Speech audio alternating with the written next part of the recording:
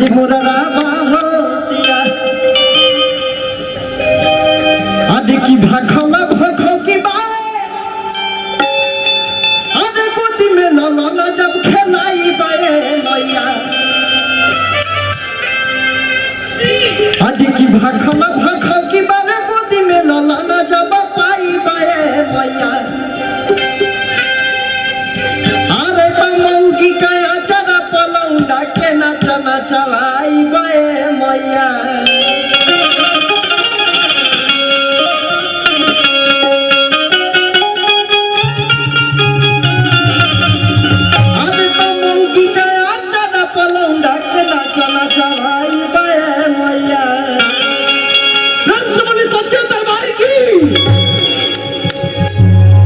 सब लोग खा के आए